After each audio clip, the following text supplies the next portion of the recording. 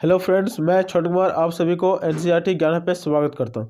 दोस्तों, आज हम बात करने वाले हैं कक्षा 9 का सिविक्स, जिसको हम लोग बोलते हैं नागरिक शास्त्र।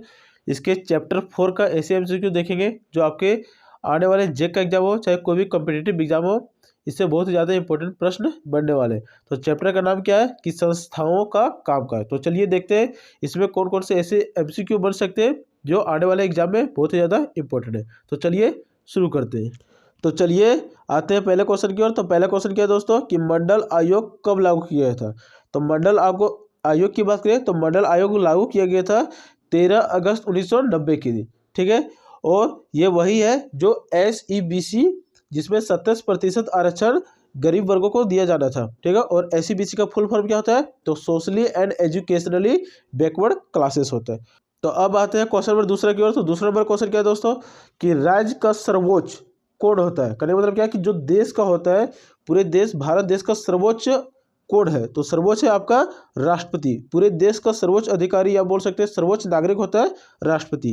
ठीक है, तो अब आते हैं क्वेश्चन नंबर तीसरा की ओर। तीसरा नंबर क्वेश्चन क्या है कि किसी भी देश में कानून बनाने का अधिकार किसका होता है। कहने का मतलब क्या है कि कोई भी देश हो, अगर वो लोकतांत्रिक देश है तो उसके पास जो कानून बनाने का अधिकार होता है वो किसके पास होता है, तो वो होता है आपका संसद के पास। और संसद मिलकर किससे बनता है तो राज्यसभा, लोकसभा और राष्ट्रपति से मिलकर बनता है, तो हो जाएगा संसद। अब आता है next question, question number 4। House of people कौन सा है। कहने का मतलब क्या है कि लोकसभा, राज्यसभा, संसद या राष्ट्रपति निवास में से इसमें से किसको हम लोग बोलते हैं हाउस ऑफ पीपल। तो दोस्तों, हाउस ऑफ पीपल बोला जाता है लोकसभा को। ठीक है, इसको हम लोग निम्न सदन भी बोलते हैं। तो हो जाएगा आपका चौथा का ऑप्शन नंबर ए, लोकसभा। तो अब बात करते हैं क्वेश्चन नंबर 5 का। क्वेश्चन नंबर 5 क्या है दोस्तों कि भारत संसद के कितने सदस्य हैं। कहने का मतलब क्या है कि भारत का जो संसद है उसके कितने सदस्य हैं। तो दोस्तों इसके 2 सदस्य हैं, पहला है लोकसभा का और दूसरा है राज्यसभा का। तो इस तरह से हो जाएगा आपका बी नंबर ऑप्शन 2 सदन। अब आता है क्वेश्चन नंबर 6 का। तो 6 नंबर क्वेश्चन क्या है कि लोकसभा का पीठासीन अधिकारी कौन होता है। कहने का मतलब क्या है कि लोकसभा का जो संचालन करना होता है वो कौन करता है, तो वो होता है लोकसभा के स्पीकर के द्वारा। तो हो जाएगा आपका ऑप्शन नंबर डी, स्पीकर। तो अब आता है क्वेश्चन नंबर 7 की ओर। तो क्वेश्चन नंबर 7 क्या है कि काउंसिल ऑफ स्टेट किसे कहते हैं। दोस्तों अभी कुछ देर पहले देखे, जिस प्रकार काउंसिल ऑफ पीपुल को लोकसभा बोला जाता है, उसी प्रकार काउंसिल ऑफ स्टेट को राज्यसभा कहा जाता है। तो हो जाएगा आपका 7वां का ऑप्शन नंबर बी, राज्यसभा, और जिसको हम लोग उच्च सदन भी बोलते हैं। तो अब बात करते हैं क्वेश्चन नंबर 8 की ओर। तो क्वेश्चन नंबर 8 क्या है कि भारतीय संसद के ऊपरी सदन को क्या कहते हैं। जैसे कि अभी कुछ देर पहले हम लोग देखा कि निम्न सदन को लोकसभा और ऊपरी सदन को क्या कहते हैं, तो ऊपरी सदन को बोलते हैं राज्यसभा। तो हो जाएगा आपका ऑप्शन नंबर ए, राज्यसभा, बिल्कुल सही आंसर। तो अब आते हैं क्वेश्चन नंबर 9 की ओर। तो क्वेश्चन नंबर 9 क्या है कि निम्नलिखित में कौन राजनीतिक कार्यपालिका का हिस्सा होता है। राजनीतिक कार्यपालिका का हिस्सा कौन होता है वही पूछा है। जैसे कि ऑप्शन दिया गृह मंत्रालय का सचिव, जिलाधीश, पुलिस महानिदेशक और गृह मंत्री। तो इन चारों में से ही आपका गृह मंत्री होता है राजनीतिक कार्यपालिका का हिस्सा। तो हो जाएगा आपका ऑप्शन नंबर डी, बिल्कुल सही।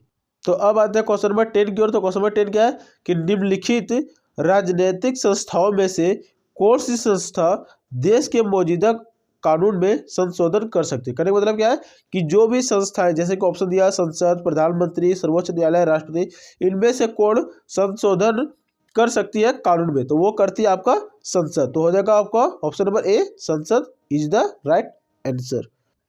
तो अब आते हैं क्वेश्चन नंबर 11 की ओर। तो क्वेश्चन नंबर 11 क्या है दोस्तों कि भारतीय संसद के निचले सदन को क्या बोलते हैं। निचले सदन मतलब कि निम्न सदन, और निम्न सदन को ही बोलते हैं हाउस ऑफ पीपल्स। ठीक है, तो इसको हिंदी में हम लोग क्या बोलते हैं, लोकसभा। तो हो जाएगा 11 का ऑप्शन नंबर बी, लोकसभा। तो अब आता है क्वेश्चन नंबर 12 की ओर। तो क्वेश्चन नंबर 12 क्या दोस्तों कि भारत सरकार ने दूसरी पिछड़ी जाति आयोग कब गठित किया। वही है SEBC, जो बोलते हैं हम लोग socially and educationally backward class. तो इसका कब गठन किया, तो इसका गठन किया था 1979 को, 1979। ऑप्शन नंबर आपका B is the right answer. अब आते हैं अगला क्वेश्चन की ओर। क्वेश्चन नंबर 13 क्या बोला कि 1979 में गठित दूसरे पिछड़े जाति आयोग का गठन किसकी अध्यक्षता में किया गया, तो वो आपका किया गया था VP मंडल के अध्यक्षता में। तो हो जाएगा आपका 13 का ऑप्शन नंबर ए। अब आते हैं क्वेश्चन नंबर 14 की ओर। तो क्वेश्चन नंबर 14 क्या है दोस्तों कि मंडल आयोग ने अपनी सिफारिशें सरकार के सामने रखी, तो कब रखी। जैसे कि सरकार ने मंडल आयोग को दी थी रिपोर्ट बनाने के लिए 1979 में, तो मंडल आयोग ने रिपोर्ट सरकार को अपने रिपोर्ट को सरकार को कब रखी, तो वो रखी थी 1980 को। तो हो जाएगा आपका 14 का option number C is the right answer. अब आते हैं अगले क्वेश्चन की ओर, क्वेश्चन नंबर 15 की ओर। तो 15 नंबर क्वेश्चन क्या है दोस्तों कि सरकारी आदेश का क्या अर्थ है। कहने का मतलब क्या है कि जो सरकार आदेश जारी करती है उसका क्या अर्थ है। पहला बोला कि ऑप्शन में क्या समाचार एजेंसी है, न्यूज चैनल है, या फिर सरकारी कार्यालय ज्ञापन है। तो दोस्तों जो सरकार आदेश जारी करती है उसको बोलते हैं हम लोग कार्यालय ज्ञापन। तो हो जाएगा आपका ऑप्शन नंबर सी। तो अब आते हैं क्वेश्चन नंबर 16 की ओर। तो क्वेश्चन नंबर 16 क्या दोस्तों कि प्रधानमंत्री की नियुक्ति कौन करता है। दोस्तों बात करें देश में, हमारे भारत देश में, तो प्रधानमंत्री को चुनाव नहीं होता है, ठीक है। तो प्रधानमंत्री आखिर चुन के कैसे जाते हैं, उनकी नियुक्ति कौन करता है, तो उनकी नियुक्ति तो राष्ट्रपति करता है, ठीक है। लेकिन जो मंत्रिपरिषद होता है उसी में से कोई एक व्यक्ति को प्रधानमंत्री के पद के लिए चुना जाता है, और वही पद को जो चुनकर राष्ट्रपति के पास सजेशन भेजा जाता है, तो राष्ट्रपति उसको प्रधानमंत्री के पद पे नियुक्त कर देते हैं। इस तरह से हमारे देश में प्रधानमंत्री का पद कौन नियुक्त करता है, तो आपके राष्ट्रपति के द्वारा नियुक्त किया जाता है, ठीक है। तो हो जाएगा आपका 16 का ऑप्शन नंबर डी, राष्ट्रपति प्रधानमंत्री का पद नियुक्त करते हैं।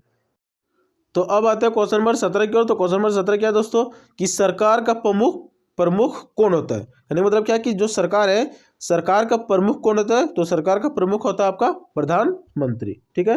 तो हो जाएगा आपका ऑप्शन नंबर बी। तो अब आते हैं क्वेश्चन नंबर 18 की ओर। तो क्वेश्चन नंबर 18 क्या है दोस्तों कि राष्ट्रपति मंत्रियों की नियुक्ति किसकी सिफारिश पर करता है। तो दोस्तों जो भी हमारे मंत्रिपरिषद में रहता है मंत्री, जैसे कि हो गया आपका गृह मंत्री, विदेश मंत्री, रक्षा मंत्री, तो इन सारे मंत्रियों की नियुक्ति किसकी सिफारिश पर किया जाता है, करता है सिफारिश आपका प्रधानमंत्री, और उसको नियुक्त कौन करता है, तो करता है राष्ट्रपति। तो हो जाएगा आपका किसकी सिफारिश पे होता है, तो आपकी प्रधानमंत्री के सिफारिश पे होता है। तो अब आते हैं क्वेश्चन नंबर 19 की ओर। तो क्वेश्चन नंबर 19 क्या है दोस्तों कि लोकसभा में कुल कितने सदस्य होते हैं। दोस्तों लोकसभा में कुल सदस्य होते हैं 545, ठीक है। लेकिन लोकसभा में निर्वाचित सदस्य कितने होते हैं, तो वो होते हैं आपका 543, और जो 2 सदस्य होते हैं वो होते हैं राष्ट्रपति के द्वारा मनोनीत किए जाते हैं। तो हो जाएगा आपका कुल सदस्य कितने 545, और निर्वाचित कितने होते हैं, तो 543। तो अब आते हैं क्वेश्चन नंबर 20 की ओर। तो क्वेश्चन नंबर 20 क्या है दोस्तों कि सर्वोच्च न्यायालय के न्यायाधीशों की नियुक्ति कौन करता है। तो सर्वोच्च न्यायालय के न्यायाधीशों की नियुक्ति कौन करता है, तो वो आपका करता है राष्ट्रपति। तो अब आते हैं क्वेश्चन नंबर 21 की ओर। 21 नंबर क्वेश्चन क्या है कि निम्न में से कौन भारत के राष्ट्रपति द्वारा चयनित नहीं होता है। तो जो दोस्तों जैसे कि अभी बताएं कि भारत का मुख्य न्यायाधीश भी चयनित होता है, चुनाव आयुक्त भी चयनित होता है, और राज्यों के गवर्नर भी चयनित किए जाते हैं। लेकिन जो राज्य का मुख्यमंत्री होता है उसका चुनाव होता है, जिस प्रकार प्रधानमंत्री का यहाँ पे चुनाव नहीं होता उसी प्रकार मुख्यमंत्री का भी चुनाव रहता है। लेकिन वहाँ पे विधानसभा का चुनाव होता है हर राज्य में, और फिर विधानसभा का जो मंत्रिपरिषद होता है उसी के माध्यम से वहाँ पे मुख्यमंत्री का निर्वाचन या फिर बोल सकते हैं चुनाव किया जाता है उसके विधानसभा के मंत्रिपरिषद के द्वारा। तो अब आते हैं क्वेश्चन नंबर 22 की ओर। तो क्वेश्चन नंबर 22 क्या है दोस्तों कि सुप्रीम कोर्ट के जज को कैसे हटाया जा सकता है। दोस्तों सुप्रीम कोर्ट के जज को नियुक्त करते हैं राष्ट्रपति, लेकिन राष्ट्रपति हटा नहीं सकते। तो हटाया कैसे जाएगा, तो संसद द्वारा उस सुप्रीम कोर्ट के जज पर महाभियोग लगाकर हटाया जाता है, ठीक है। तो हो जाएगा आपका ऑप्शन नंबर बी। तो अब आते हैं अगले क्वेश्चन की ओर। क्वेश्चन नंबर 23 भारतीय रक्षा बल का सर्वोच्च अधिकारी कौन होता है। दोस्तों बात करें रक्षा का जो सबसे अधिक सर्वोच्च अधिकारी होता है वो होता है आपका राष्ट्रपति, जो तीनों सेना का, चाहे वो आपका थल सेना हो, वायु सेना हो या जल सेना हो, तीनों सेनाओं का सबसे सर्वोच्च अधिकारी होता है आपका राष्ट्रपति। तो अब आते हैं क्वेश्चन नंबर 24 की ओर। तो क्वेश्चन नंबर 24 क्या है कि भारतीय नागरिकों के मौलिक अधिकारों की रक्षा कौन करता है। तो दोस्तों बात करें मौलिक अधिकारों की रक्षा कौन करता है, तो वो आपका सर्वोच्च न्यायालय के द्वारा हमारे देश में जितने भी नागरिकों को मौलिक अधिकार मिला उसकी रक्षा करता है सर्वोच्च न्यायालय। तो अब आते हैं अगले क्वेश्चन की ओर। क्वेश्चन नंबर 25 की ओर। क्वेश्चन नंबर 25 क्या है कि वित्तीय मामले कौन अधिकारों का प्रयोग करता है। वित्तीय मामले में जो भी अधिकार मिले रहते हैं उसका उपयोग कौन करता है, तो उसका उपयोग किया जाता है लोकसभा के द्वारा। तो अब आते हैं क्वेश्चन नंबर 26 की ओर। सरकार के फैसले में महत्वपूर्ण भूमिका निभाने वाली संस्थाएं कौन सी है। कहने का मतलब क्या है कि सरकार जो भी फैसला रहती है उसमें महत्वपूर्ण भूमिका कौन कौन संस्थाएं अदा करती है। जैसे कि आपको ऑप्शन दिया न्यायपालिका, विधानपालिका, कार्यपालिका, तो ये सारे ही संस्थाएं महत्वपूर्ण भूमिका निभाती है। तो हो जाएगा आपका इनमें से सभी। तो अब आते हैं क्वेश्चन नंबर 27 की ओर।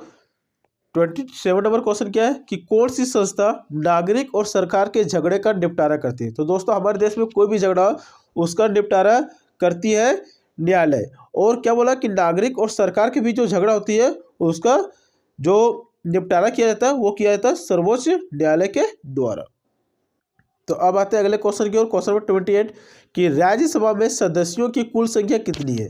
तो दोस्तों बात करें राज्यसभा में, तो राज्यसभा में सदस्यों की संख्या 250 है, लेकिन उसमें से 238 सदस्य निर्वाचित होते हैं और बाकी जो बचे 12 सदस्य वो होते हैं राष्ट्रपति के द्वारा मनोनीत। तो अब बात करते हैं क्वेश्चन नंबर 29 का, जो कि एक पूर्ण रूप है। क्वेश्चन क्या है कि SEBC का पूर्ण रूप क्या है, कहने का मतलब क्या है कि SEBC का फुल फॉर्म क्या है। तो socially and educationally backward classes होता है, जिसमें गरीब वर्ग के लोगों को 27% आरक्षण दिया गया है। तो आते हैं आज का अंतिम क्वेश्चन, क्वेश्चन नंबर 30 क्या बोला कि भारत सरकार के सरकारी पदों और सेवाओं में कितने प्रतिशत रिक्तियां सामाजिक एवं आर्थिक रूप से पिछड़े वर्ग के लिए आरक्षित होगी। वही है SEBC। तो अभी हम बताए थे कितना प्रतिशत, तो 27% आरक्षित होती है किसमें, तो सरकारी पद और सेवा में। तो दोस्तों आज के लिए इतना ही, मिलते हैं नेक्स्ट वीडियो में ऐसे ही और मज़ेदार वीडियो, ऐसे ही ज्ञान से भरपूर वीडियो जानने के लिए, देखने के लिए हमारे यूट्यूब चैनल NCERT ज्ञान हब को सब्सक्राइब कर लें।